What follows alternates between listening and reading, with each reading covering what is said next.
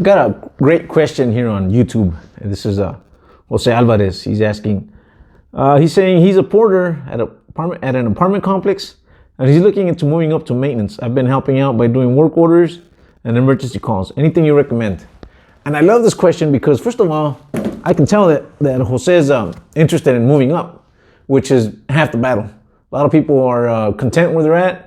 And this doesn't only apply to maintenance. This is a maintenance channel, and I'm going to talk about maintenance, but it applies to any trade or almost any career, especially the trades, because I've been working in the trades for over 25 years.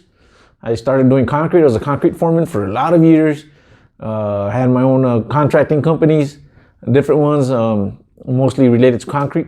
So I've been around. I've been a foreman. I've been hiring people, firing people. And I've over the years, I've noticed what works and what doesn't work.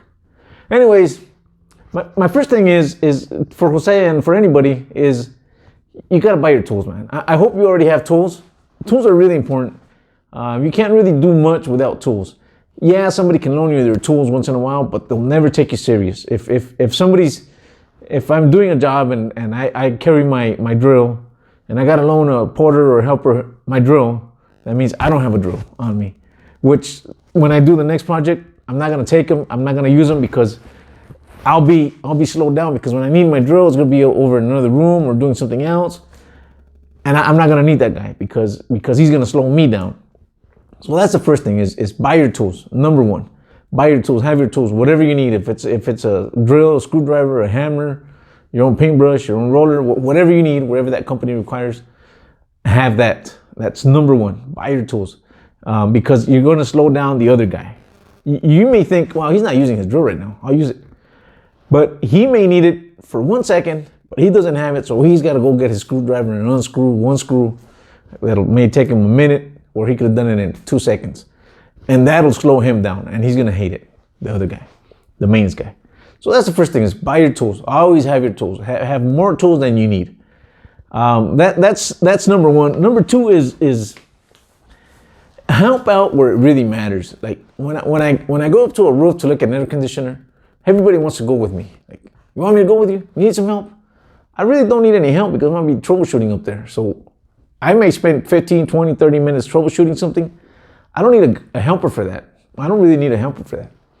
But sometimes when you're dealing with a clogged, toilet, and you got to take all the water out, unscrew the toilet, move the toilet, and then snake it, that's when you need the help. Of course, nobody wants to help you then. They say, no, man, you can do it on your own. I don't want to mess with that. That's where you need the help, and that's where you make your points. If you're not willing to help on that, then I can't use you on air conditioning or painting a wall. Anybody can paint a wall. That's nothing. So it's the hard part, the hard things that really make points for anybody. They sent me a helper one time, and I was going to spray paint a apartment. But at that same day, I was installing an AC unit, so they sent me a helper. And I told this helper I had a brand new bucket of paint there. I told him, listen, you can do one of two things, I said. You can either tape all the windows, the doors, all the kitchen and the bathroom, tape everything. I had plastic, I had paper and everything to tape.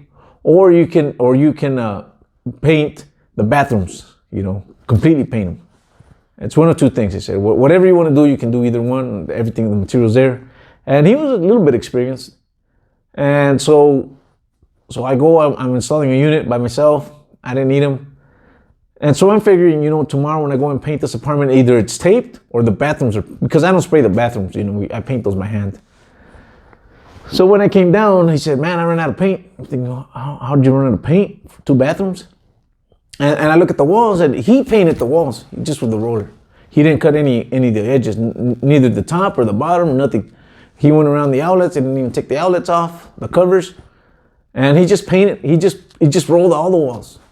The easy part, which I was gonna do with a paint gun anyways. I told him, why didn't you tape it? He said, well, I just wanted to get more done. Well, that was getting more done because rolling it doesn't really help me. I was gonna spray it. Now I have to go back and cut. Now, it seems like, to him, it seemed like, well, he used a whole bucket of paint, so he did good.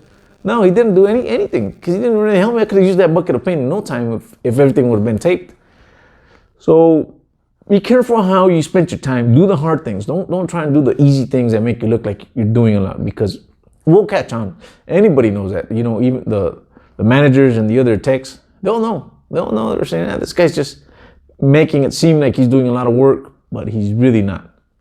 Here comes another point that I think that applies to all trades and all type of work, is knowing your company or your boss's expectation. And this is what I mean by that. I was hired at a concrete company one time, and you know, I was sitting with the owner. He was interviewing me, and he was telling me, you know, he does this, that, the other. This company is expecting this, and then I asked him, so let me ask you one question. Are you a businessman or are you a concrete man? And then he asked me, well, what's the difference? Why does it matter? I said, well, if you're a tradesman, a concrete man, you're gonna want quality because your name's on that project. And you're gonna say, you know what? It may take you a little bit longer, but I want quality. I want this to represent my company and my work. But if you're a businessman, you want me to do it as fast as I can with the least amount of manpower so that you make the most money out of it. You just want me to sell it. And that's two different ways of working. And I can work either way. I have no problem. I can pour a lot of concrete and sell it, or we could do beautiful custom work. But it's up to you. And that applies to everything. Of course, he told me, no, I expect both. And I was very honest with him. There's no both. It's one or the other. I'll try my best to do the best quality work in the least amount of time with the least amount of manpower, but I'm not gonna guarantee custom quality, high-end work like that. So he wanted both. Of course, bosses are always gonna ask, but I started looking at the company, and I started noticing that they're just pouring concrete and selling it, and that's what they wanted. He's a businessman, he's not a concrete man. And I did pretty good with that company because I figured out what their work ethic is just pour concrete and make money, and that's what I did with them. But I have also worked with high quality guys, and they expect high quality. And it's the same thing in this business. There's some people that are okay with touch-ups. Just go in there, half a day, one day, touch-ups, move on, next department, move on. And there's people that want quality. They want all their baseboard painted, different color, and they're expecting high quality work. So you got to figure out what kind of company you're working for at that moment. You can't say, well, I only do things one way. This is the way I do it. If you guys are doing it wrong, I'm not interested. Well, you can have that state of mind, but it's not gonna get you anywhere. You gotta fit into the company, whatever they like.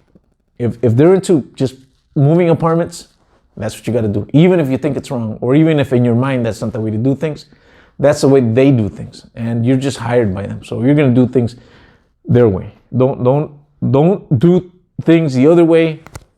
If it's a high-end company and they charge really a lot of money for their rents, they're not gonna want touch-ups. They're gonna want full paints, and they want beautiful work, and that's what you're gonna aim for, and vice versa. Anyways, that's another tip that I got. Let me see. I wrote them down here. Okay, be on time. That is always. If you're a reliable person, you'll always fit in. If you're somebody that shows up half an hour late every day, and then tomorrow you got to leave early because you got something to do, and then next week you got court, and then your mother-in-law's sick, so you got to miss a day. Following week, you just become unreliable. And I understand sometimes there's situations and it happens, but people start noticing you as somebody unreliable, and they start thinking, well, he's a porter, he's okay as a porter or labor, whatever trade is. And I'm not talking specifically to Jose on this. This is just in general for everybody. So if you're reliable, if you're on time, if you work, like we're off the clock at 3:30 here. I work till 3:30, then I pick up my tools. There's some people that start working an hour before they start washing up, so it takes them an hour to clean up. They can do that. They're going to be a lot slower than me because I worked all the way to 3:30 and I picked up my stuff and then I got out of there. So I think in my book, as somebody that's been a foreman for a lot of years and a company owner also, that extra time that you spend cleaning up, if you're doing it on company times, it's going to slow you down. And people will notice it. The owner's going to notice it. The manager's going to notice it. The other techs are going to notice it. And that'll slow you down. I didn't want to write a response to Jose on this because I think there's way too many points, and I think they're important to do. It's important to do a video on it because I think I can get more points in a video. Okay, another one is teamwork. And this is really, really important anywhere, in any trade, anything you're doing is teamwork. The last job I went to, they asked me, they interviewed me, and the question was, what is teamwork to you? And I said, teamwork is, if I'm up on an air conditioner and you call me, I was talking to the manager, and you tell me you need a light bulb right now, I'm not gonna tell you, well, I need to finish this and I'll go do that. I'll just go do it. Why? Because I assume you know something I don't know. Maybe that light bulb is for an elder person that needs that light so they don't fall down. Maybe the regional supervisor already noticed it and she told you and she's coming like in half an hour and you need that light bulb right now. I'll just get off the roof, go do that light bulb, and then get back to what I was doing. Because you don't have to give me all the information. You're the leader, you're the manager, and I assume you know something I don't know, and that's the reason why you want that light bulb. And whatever it is, if you give me 20 work orders and you only gave the other guy 3 easy ones, I'm not gonna question it. I'm not gonna say why aren't we getting half and half, or half the hard ones? How come I have all the hard ones and he's got the easy ones? I'm not gonna ask that because I'm assuming you rely on me and my ability to do things, and that's why you're giving me the hard work orders. So that's what I consider teamwork. Is teamwork doesn't mean it's all split right down the middle and everybody does the same. Teamwork is they're gonna use you where they need you. And if your feelings get in the way and you're thinking, well, that guy's not doing anything, and well, that's not teamwork anymore.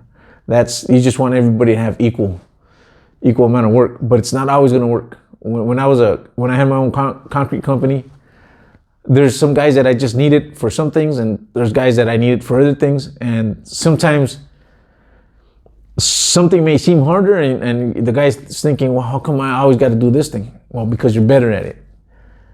And it's just the way it is. Of course, in the long run, you're going to charge. If you're better at things, then eventually you're going to start making more money than the other person that really can't handle any work. So that's what I consider teamwork. Anyways, these are a few tips that I had, and they're not only for maintenance. I realize not everybody's interested in being a maintenance tech, but I think they apply for any type of work. And I hope you guys have a great day or morning or evening or whatever you guys are having today. And thank you for watching.